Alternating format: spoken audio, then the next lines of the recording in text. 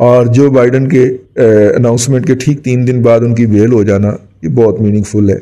ایک اس کا پہلو یہ بھی نکلتا ہے. لیکن دیکھیے اس دھمکی کے بعد کہ وہ یہاں پہ جائے گا, اب اگر میر شکیل الرحمان صاحب کی بیل ہوتی ہے اور اسیومنگ کہ جس طرح کے فیصلے ہو رہے ہیں, آپ نے لاہور ہائی کورٹ کا فیصلہ نہیں دیکھا ان کے کیس کے اندر, وہ نیب نے بھی نہیں باتیں کہیں جو جج صاحب نے اپنے پاس سے لکھ کے میر شکیل الرحمان کا رگڑا ہی نکال دیا. یار آپ نے لاہور ہائی کورٹ کا فیصلہ پڑھے آپ کا, اور اس کے ساتھ جو نیب کا جواب آیا وہ پڑھے, آپ کہیں گے یار یہ جج صاحب کو کوئی اپنے ذریعے ہی معلوم ہو گیا ہوگا, یقیناً کوئی جج صاحب کو, کہ جو باتیں انویسٹیگیشن ایجنسی نے اپنی رپورٹ میں نہیں لکھی ہوئی وہ فیصلے میں لکھی ہوئی ہیں, اور فیکٹس کے متعلق جب باتیں وہ لکھی ہوتی ہیں تو ایسا ہی ہوتا ہے. خیر وہ انہوں نے فیصلہ جاری کر دیا, معزز ہائی کورٹ کے جج ہیں, ہم ان کے بارے میں کیا کہہ سکتے ہیں, لیکن ہم دونوں کو سامنے رکھ کے اس کی اسٹڈی کر سکتے ہیں اور آپ تک پہنچا سکتے ہیں. اب وہاں سے وہاں تک پارٹی تو ناراض تھی. پھر یہاں پہ جب سپریم کورٹ پہنچے تو کسی دن کوئی ڈاکومنٹ نہیں مل رہا. ڈاکومنٹ پرووائڈ کرنا نیب کا کام ہے نا. ایک بینچ پہلے غلط بنایا گیا کیونکہ وہ طے تھا کہ یہ بینچ نہیں سن سکتا, پھر دوسرا بینچ ریکانسٹیٹیوشن ہوا, یعنی کہ سپریم کورٹ کے اندر بھی نا ڈیلیئنگ ٹیکٹکس تھے اور یک طرفہ نہیں تھے. میں اس سے آگے اور کچھ نہیں کہہ سکتا, یک طرفہ نہیں تھے وہ ڈیلیئنگ ٹیکٹکس, بلکہ ظاہر ہے کہ اتنی کہ چلیں تھوڑے کو بہت ہی سمجھے, یک طرفہ وہ ڈیلیئنگ ٹیکٹکس نہیں تھے. اور فائنلی یہ جو ہوا ہے تو کچھ لوگوں کا خیال ہے کہ کمپرومائز ہوا ہے. دیکھیے کمپرومائز اگر ہوتا تو پھر کیپٹل ٹاک جو ہے وہ شہزاد اقبال کر رہا ہوتا, پھر وہ حامد میر نہ کر رہا ہوتا, ٹھیک ہے نا. پھر جو ہے وہ شہزیب خانزادہ کی جگہ کے اوپر حسن نثار بیٹھا ہوتا, شہزیب خانزادہ کی چھٹی ہو گئی ہوتی اگر تو کوئی کمپرومائز ہوا ہے.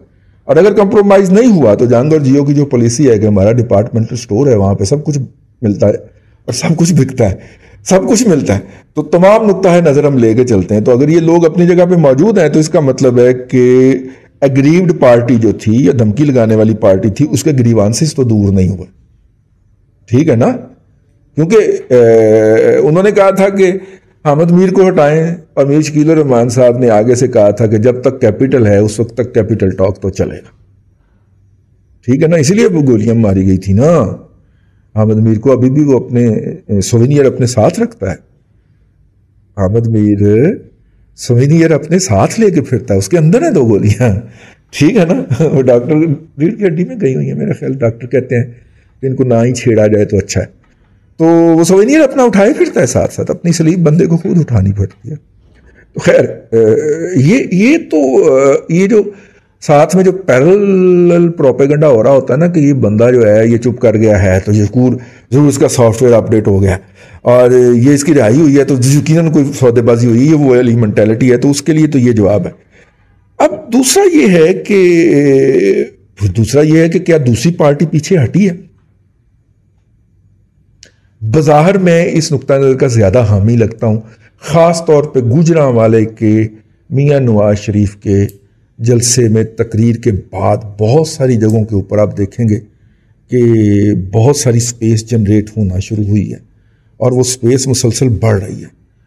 میری خیال میں, میری رائے میں میر شکیل الرحمان کی رہائی جو ہے وہ بھی اسی کی انڈیکیشن ہے کہ شاید میڈیا کے اندر بھی سپیس بڑھ رہی ہے. شاید ابھی نہیں, خیر ابھی وہ دور نہیں آیا کہ کوئی میڈیا چینل جو ہے وہ ہائر کر سکے, سید طلعت حسین کو ہائر کر سکے, وہ دور ابھی بہت دور ہے.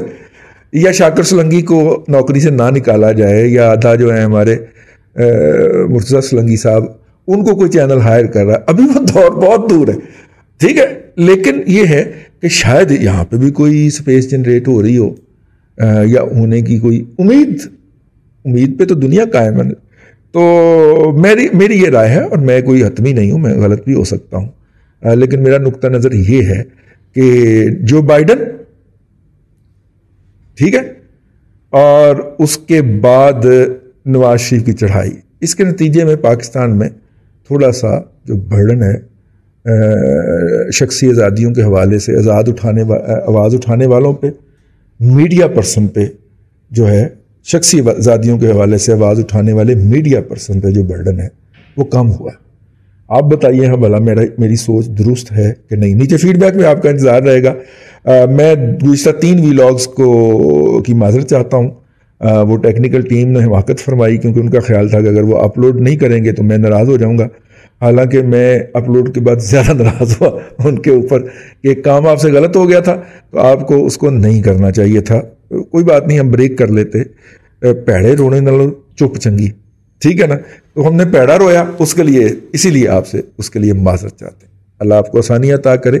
یہ ہمارے فیڈ بیک کا نیچے ای میل بھی دیا ہوا ہے اور نیچے ہمارے 2 اکاؤنٹ بھی دیے ہوئے ہیں، کبھی کبھی ان پہ بھی نظر ڈال لیا کریں. اللہ آپ کو آسانی عطا کرے اور آسانیاں خلق خدا میں تقسیم کرنے کی توفیق عطا کرے.